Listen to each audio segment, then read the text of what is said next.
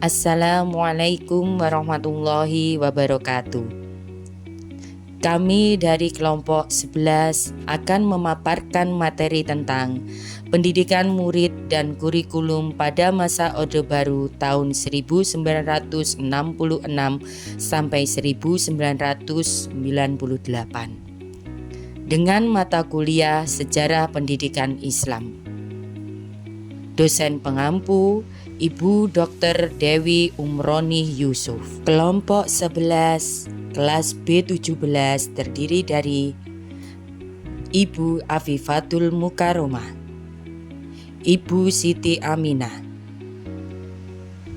Ibu Asihatul Amaliyah. Latar belakang pendidikan untuk pembangunan. Masa Orde Baru, pendidikan dipandang sebagai pilar penting pembangun bangsa. Sistem yang diterapkan cenderung sentralistik atau berpusat pada pemerintah. Tujuan utamanya jelas, membentuk manusia Pancasila sejati dan mendukung stabilitas ekonomi serta politik negara.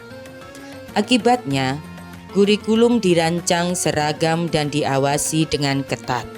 Peran pendidik sebagai pelaksana kebijakan. Bagaimana dengan peran guru atau pendidik? Menurut Sujatmoko, pendidik pada masa ini lebih berperan sebagai pelaksana kebijakan pemerintah. Mereka memiliki tanggung jawab besar dalam membentuk karakter siswa sesuai visi negara. Namun, mereka kurang memiliki kebebasan profesional untuk mengembangkan kurikulum dan metode pengajaran yang sesuai kebutuhan siswa. Posisi murid dan kebijakan wajib belajar. Di sisi lain, murid diposisikan sebagai objek yang dibentuk untuk mencapai tujuan pembangunan nasional. Meski begitu, era ini mencatatkan secara penting dalam perluasan akses pendidikan. Pada tahun 1973, pemerintah meluncurkan program wajib belajar 6 tahun.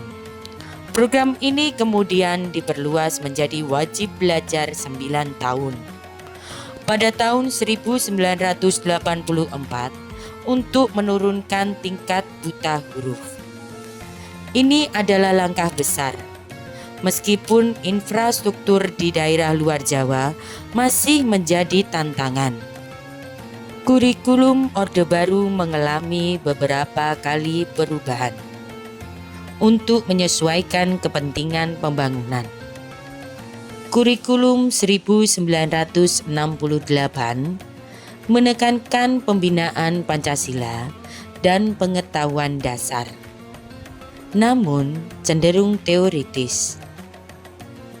Kurikulum 1975 menggunakan pendekatan manajemen berbasis tujuan yang sistematis dengan sistem instruksional yang rinci.